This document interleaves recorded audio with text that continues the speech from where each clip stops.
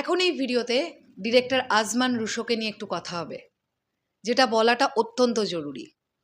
প্রথম থেকে যদি আমরা একটুখানি আজমান রুশোর প্রেস বা মিডিয়ার সামনে এসে কথা বলবার ধরন দেখি, তাহলে আমরা এটা ফিল করেছি যে আজমান রুশো তাঁর মতন করে রকস্টার সিনেমাটাকে তৈরি করেছেন, কিন্তু তিনি যাদের থেকে ইন্সপায়ার হয়েছেন বা তিনি যে ধরনের গল্প থেকে অনুপ্রাণিত হয়ে রকস্টার তৈরি করবার চেষ্টা করছিলেন, সেই উদাহরণগুলো টেনে টেনে টেনে টেনে নিয়ে আসছিলেন বারংবার।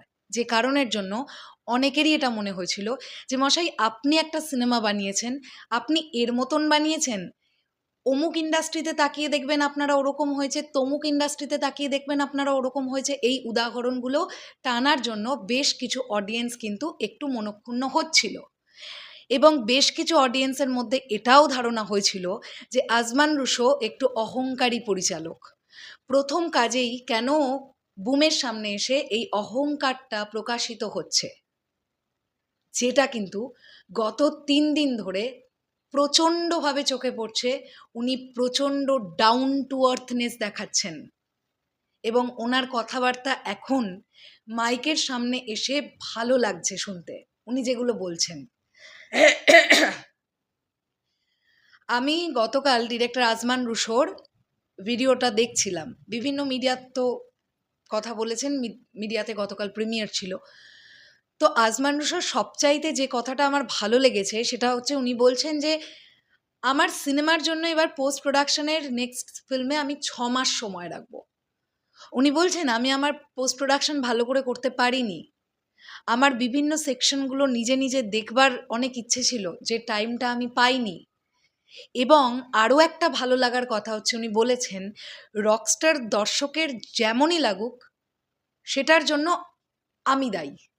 মানে আজমান রুশো বলছেন রকস্টার যদি কারোর খারাপ লাগে সেটার জন্য দায়ী আমি। উনি কিন্তু নিজের কাঁধে নিয়ে নিয়েছেন। আবার রকস্টার যদি কারোর ভালো লাগে সেটা গোটা টিমের জন্য ভালো লাগছে। এই ধরনের কথাবার্তাগুলো দর্শক শুনতে পছন্দ করে, যেটা কিন্তু ডেফিনেটলি ভালো লাগার মতন একটা ব্যাপার।